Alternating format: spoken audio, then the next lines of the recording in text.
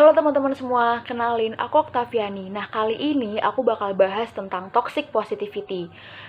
Sebenarnya apa sih toxic positivity itu? Mungkin kalian pernah denger ya istilah toxic positivity di sosial media, di artikel yang kalian baca, atau mungkin kalian pernah ngalamin toxic positivity itu. Pernah nggak sih kalian mau curhat sama teman kalian untuk meminta solusi atau meminta pendapat, tapi malah jawabannya kayak gini nih. Semangat ya, kamu pasti bisa. Udah, lupain aja. Kamu lebih beruntung loh dari dia. Itu tuh salah satu contoh toxic positivity.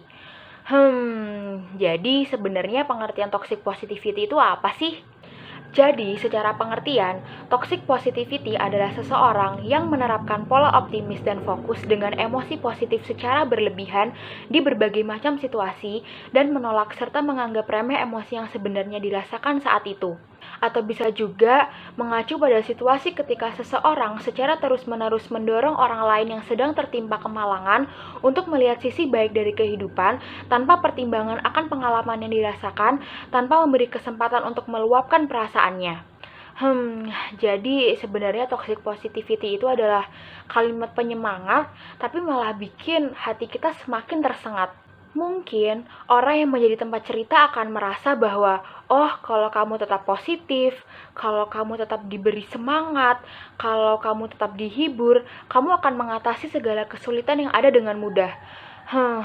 Tapi ternyata tidak selalu begitu loh.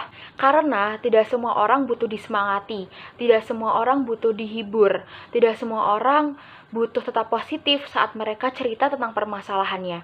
Perkataan tersebut malah akan menambah beban dengan membandingkan dengan pengalaman pribadi atau orang lain. Efek yang ditimbulkan toxic positivity itu nggak main-main loh. Toxic positivity akan menyebabkan efek seperti respon emosi negatif dalam diri akan teredam dan emosi menjadi terpendam yang perlahan akan menimbulkan gangguan kesehatan mental pada diri seperti stres yang berkepanjangan. Hal ini bisa muncul akibat rendahnya sensitivitas otak dalam mengatasi emosi negatif karena rasa sedih atau kecewa yang membuat otak terus-menerus berpura-pura bahagia sepanjang waktu. Bahaya juga ya. Dampak dari toxic positivity akan lebih membuat orang membohongi dirinya sendiri, mengisolasi dirinya sendiri, dan akan menimbulkan rasa tidak percaya diri. Padahal, keadaan seseorang itu tidak harus selalu good vibes only, tidak harus selalu happy, karena by having this negative emotion doesn't make you negative person.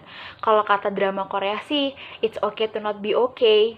Jadi, mulai sekarang diubah yuk. Kalau kalian sebagai tempat curhat, pahami kalau setiap orang itu memiliki tingkat toleransi yang berbeda terhadap suatu masalah. Hal-hal yang harus kalian lakukan ketika teman kalian cerita tentang permasalahannya adalah memberi dukungan seperti, kamu butuh dukungan apa?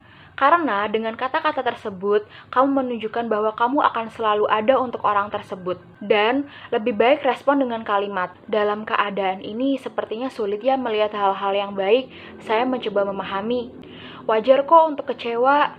Kalimat-kalimat tersebut membuat kita tidak terjebak dalam sikap positif yang tidak membahagiakan.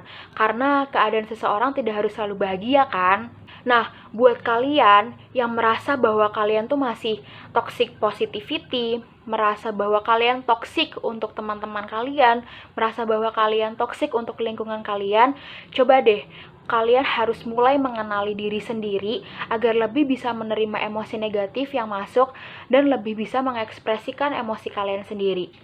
Oke, sekian dari aku mengenai toxic positivity. Semoga bermanfaat dan bisa menambah wawasan kalian ya.